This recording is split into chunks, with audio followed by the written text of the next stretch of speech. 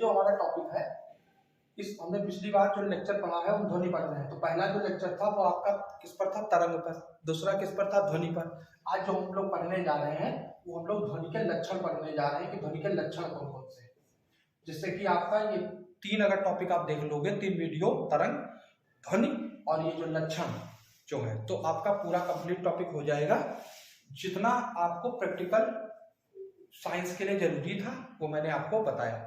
तो ये अंतिम इस ध्वनि की श्रृंखला का ये अंतिम वीडियो है। तो आपको याद रखना है ध्वनि के लक्षण। अगर आप इसको डायरेक्ट देख रहे हैं तो आप पीछे जाके अब दोनों लेक्चरों को देख लेना। लेक्चर नंबर 1, लेक्चर नंबर 2 नाम से कोड है। तो ध्वनि के लक्षण हम पढ़ने जा रहे हैं। तो क्या कैरेक्टर है भाई ध्वनि के? ध्वनि के 3 लक्षण है। ध्वनि के मुख्यतः 3 लक्षण। कौन कौन से लक्षण? एक है प्रबलता, प्रबलता एक लक्षण है प्रबलता, एक लक्षण है तारत्व। एक लक्षण कौन सा है? तारत्व। और एक लक्षण जो आपका आता है प्रबलता, एक है तारत्व और एक लक्षण आता है गुणता।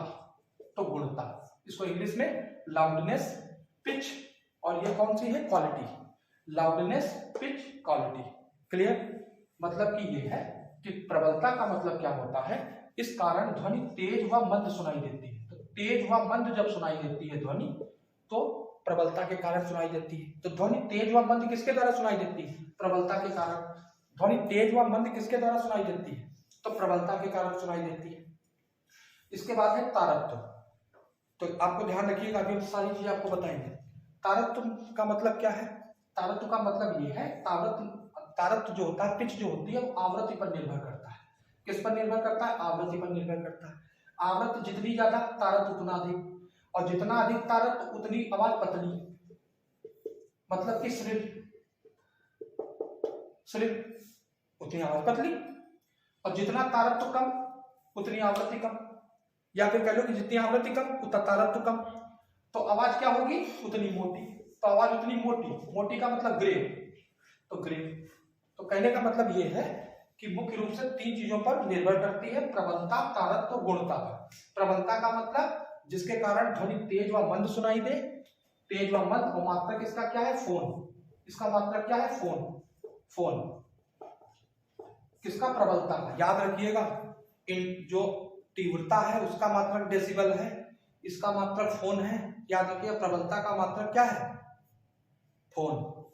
तारत्व का किस पर निर्भर करता है? आवृत्ति पर। जितना तारत्व अधिक उतनी आवृत्ति अधिक, उतनी आवाज पतली। जितना तारत्व कम उतनी आवृत्ति कम, उतनी आवाज मोटी।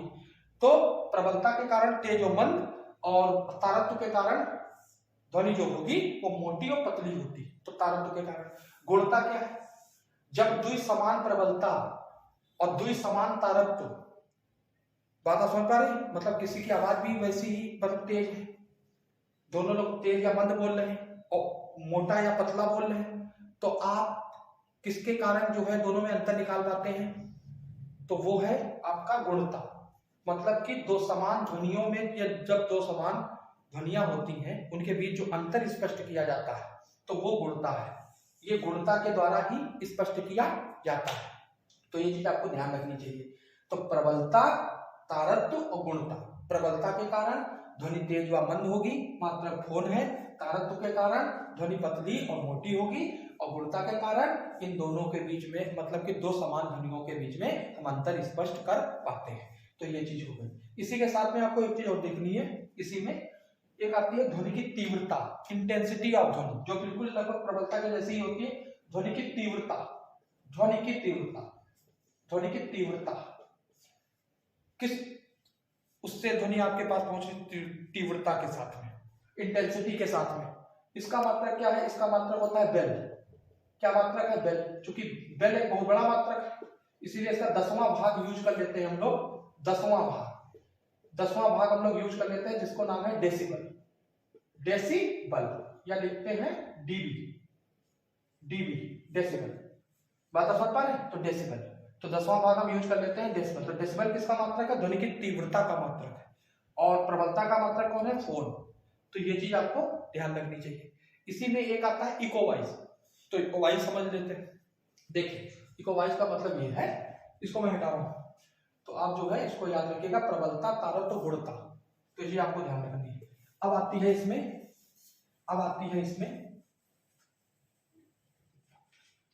बात कि ध्वनि के लक्षण क्या है, तो ध्वनि के लक्षण के साथ में एक शब्द आता है इको। इको का मतलब क्या है, प्रतिध्वनि। प्रतिध्वनि मतलब क्या है प्रतिध्वनि का? प्रतिध्वनि का मतलब ये है कि अगर मान लो ये कोई श्रोता है, मान लो श्रोता ये सुनने वाला, और यहाँ पर कोई सतह मान लो ये, तो यहाँ पर अगर आवाज दे कोई, तो ये आवाज यहाँ टकरा के वापस जाए। जैसे कि आप एक बड़ा कमरा ले लीजिए और उसमें आवाज जब बोलते हो तो गूंजती है, तो वही चीज है आपकी इको वॉइस। मतलब कि श्रोता और जो परावर्तक सतह है जहां से परावर्तित होगी, परावर्तक जो सतह है उसके बीच की जो न्यूनतम दूरी हो वो 16.6 मीटर या 17 मीटर के करीब में होनी चाहिए। 16.6 मीटर या 17 मीटर के बीच में होनी चाहिए। तो याद रखना, अगर ये ना एग्जाम में दिया हो तो नीचे वाला लगा लेना। इस चीज को आपको ध्यान रखना है, 16.6 मीटर या 17 मीटर। अगर कोई भी ध्वनि होती है उस पर कान पर जो प्रभाव रहता है ध्वनि का, जो कान पर प्रभाव रहता है, कान पर जो प्रभाव रहेगा वो आपका 1/10 सेकंड तक रहता है। 1/10 सेकंड तक रहता है। ये चीज आपको ध्यान रखनी चाहिए। एक चीज और याद रखो, ध्वनि के अपवर्तन के कारण, ध्वनि के अपवर्तन के कारण ध्वनि रात में अधिक तेज सुनाई देगी। किसकी अपेक्षा? दिन की। तो रात में अधिक तेज सुनाई देती है दिन की अपेक्षा, किसके कारण? अपवर्तन के कारण। ध्वनि का जो प्रभाव कान पर रहेगा वो कितने सेकंड तक रहेगा? 1/10 सेकंड तक रहेगा। और जो इको वाइव है उसमें दोनों सतहों के बीच में लगभग 16.6 मीटर या 17 मीटर के करीब में क्या होता है? अंतर होना चाहिए अच्छी इको वाइव आने के। तो ये चीज आपको ध्यान रखनी चाहिए। तो ये क्या है? ये प्रतिध्वनि। ये क्या है? प्रतिध्वनि। तो इस तरीके से आपके ध्वनि के अंतर्गत आपने ये सारी चीजें कर ली। पहले हमने किया तरंग, फिर हमने आवृत्ति प्रसर के आधार पर बांटा, दूसरा हिस्सा किया ध्वनि का, फिर हमने किया ध्वनि का लक्षण। ध्वनि के उसके बाद जो तीसरा, ये छोटा वीडियो इसलिए बनाया गया जिससे कि ये टॉपिक आपका कंप्लीट किया जा सके। तो इस तरीके से ये जो ध्वनि है इसको आपको याद रखना है। अब जो अगला वीडियो आएगा तो उसके आगे अगला जो हम टॉपिक बात करेंगे, सामान्यतः हम लोग हीट की बात करेंगे, ऊष्मा की। तब तक के लिए जय हिंद, जय भारत, जय श्री कृष्ण।